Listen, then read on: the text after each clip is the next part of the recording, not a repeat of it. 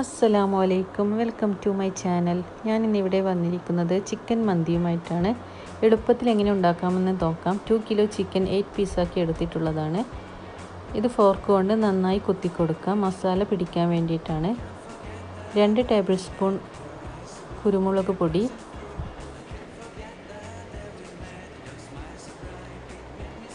1 teaspoon garam masala, 4 chicken stock. ഇത് നന്നായി പൊടിച്ചെടുക്കണം. ഉപ്പിന് പകരമാണ് ഇത് ചേർക്കുന്നത്. മല്ലിച്ചപ്പ്, പുതിന ചെറുതായി അരിഞ്ഞത്, 2 മീഡിയം ക്യാപ്സിക്കം ചെറുതായി അരിഞ്ഞത്,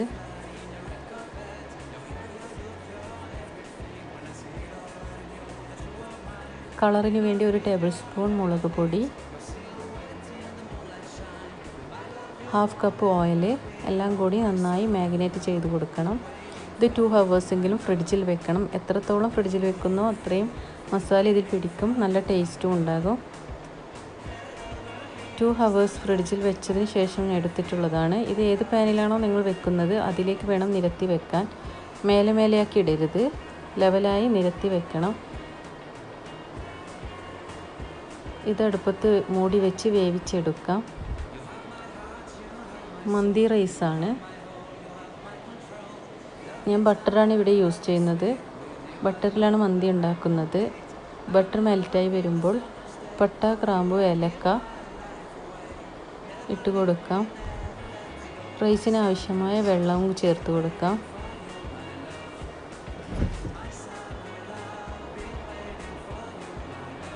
ഇതിലേക്ക് ഉപ്പിട്ട് കൊടുക്കാം. നിങ്ങൾ എത്രയാണോ റൈസ് എടുക്കുന്നത് അതിനനുസരിച്ച് വെള്ളവും ഉപ്പും ഇട്ട് കൊടുക്കാം. 2 ലെമൺ, ബേ ലീവ്സ്. ഇത് വെള്ളം തിളയ്ക്കാൻ വേണ്ടി അടച്ച് വെക്കാം. ചിക്കൻ ഇപ്പോൾ ഏകദേശം ആയിട്ടുണ്ട്. ഇതൊന്ന് മറിച്ചിട്ട് കൊടുക്കണം.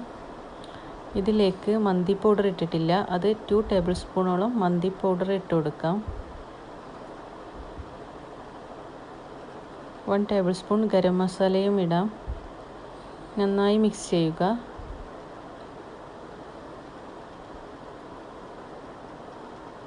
നന്നായി വേവിച്ചെടുക്കണം. റൈസ് വെള്ളം തിളച്ചിട്ടുണ്ട്. റൈസ് അതിലേക്ക് ഇട്ട് കൊടുക്കാം.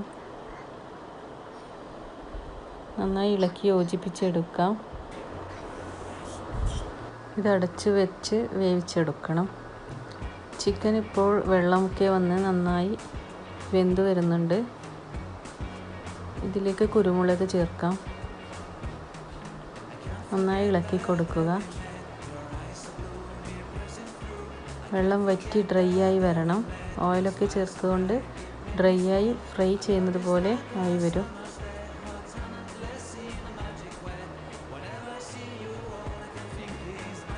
ഏകദേശം ആയിട്ടുണ്ട്.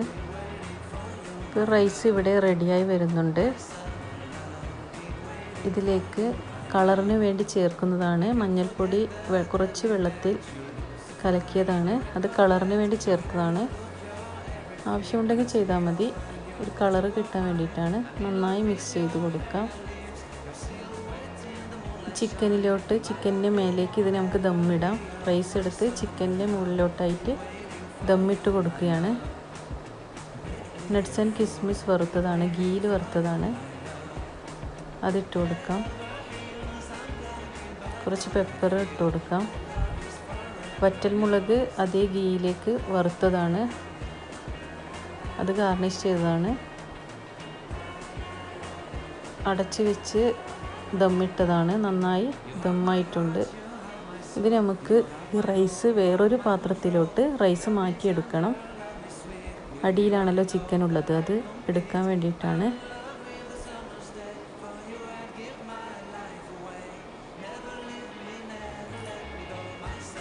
ചിക്കൻ വേറൊരു പാത്രത്തിലോട്ട് മാറ്റി വെച്ച് അതിലേക്ക് ആ മസാലയിലേക്ക് ഈ റൈസ് പിന്നെ ഇങ്ങോട്ടേക്ക് മാറ്റി കൊടുക്കണം. ഈ മസാലയും റൈസും കൂടി നന്നായി മിക്സ് ചെയ്യണം.